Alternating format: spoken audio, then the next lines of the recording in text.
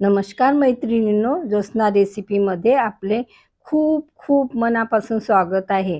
आज आपण उपवासासाठी लाडू बनविणार आहोत। अतिशय पौष्टिक असे आणि मस्त चवीला तर अप्रतिम असे बनतात। बनवायला अगदी सोपे, झटपट बनतात आणि बघा नाश्ता झाल्यावरही आपण एक लाडू असा खाऊ शकतो। चला तर बघूया कसा बनवायचं ते। मी येथे साहित्य घेतलेलं आहे। बघा, एक वाटी तीळ घेतलेली आहे, पांढरी तीळ आहे आणि अर्ध वाटी मी शेंगदाणे घेतलेले आहे आणि अर्धच वाटी खोबरा किस घेतलेला आहे। हा बारीकवाला खोबरा किस आहे आणि अर्ध वाटी मी गूळ घेतलेला आहे। हा लाडवाचा गूळ आहे माझ्याकडे, तो अर्ध वाटी घेतलेला आहे। आता आपल्याला शेंगदाणे भाजून घ्यायचे आहे। गॅसवर कढई ठेवलेली आहे। माझे हे शेंगदाणे भाजलेलेच आहेत। मी भाजूनच ठेवत असते, पण थोडे आता लाडू बनवायच्या वेळेला मी पुन्हा गरम केलेले आहे। तुमचे भाजलेले नसेल तर छान खरपूस भाजून घ्यायचे। बघा, मी आता हे तीळ घेतलेली आहे एक वाटी। आता तीळ छान अशी आपल्याला खरपूस अशी भाजून घ्यायची आहे। थोडा तडतड आवाज येतो तोपर्यंत भाजायची आहे। बघा, मी आता ही भाजून घेते आणि थंड व्हायला ठेवते। थंड झाल्यानंतरच मिक्सरच्या भांड्यामध्ये वाटायचं आहे। आता बारीक खोबरा किस घेतलेला आहे। खोबरा किसना हा बारीक आहे। गरमच कढईत असा म्हणजे झटपट 1-2 मिनिटातच असा छान असा भाजला जातो। मंद हीटवर भाजायचा आहे। बघा, मी सगळं साहित्य भाजून घेतलं आणि मिक्सरच्या भांड्यातनं बारीक करून घेतलेलं आहे। तीळ बारीक केलेली आहे आणि शेंगदाणेही मी बारीक करून घेतलेले आहे। खोबरा किसही त्यातच म्हणजे घेतलेला आहे मी भाजलेला, तो बारीक नाही केला। आता मी जायफळ टाकलेला आहे थोडं किसून 1 चम्मच लहान चमच्याने आणि इथे विलायची पावडर 1 चम्मच टाकला आहे।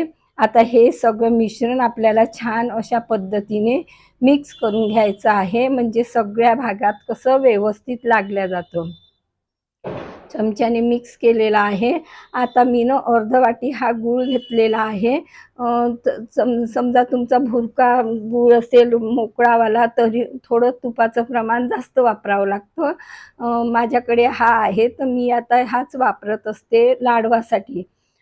बाकी वेळेला मी मग तसाही आणत असते, पण हा आता व्यवस्थित मी बघा असा हाताने थोडं असं मिक्स करून घेतलेलं आहे व्यवस्थित सगळ्या भागामध्ये। आता मिक्सरचं भांडं घेतलेलं आहे। आता आपण याला 1-2दा असं थोडं बंद चालूमध्ये मिक्स करून घ्यायचं आहे। तर बघा, मी सगळं मिश्रण आता यात टाकून घेतलेलं आहे भांड्यामध्ये मिक्सरच्या आणि आता आपल्याला 2 चम्मच इथे तूप टाकायचं आहे। म्हणजे तुपाने कसं मस्त म्हणजे आपले लाडू वळल्या जातात आणि थोडा ओलसरपणा पण येतो आणि चवीलाही अप्रतिम बनतात। बघा, मी आता असं फिरवून घेतलेलं आहे।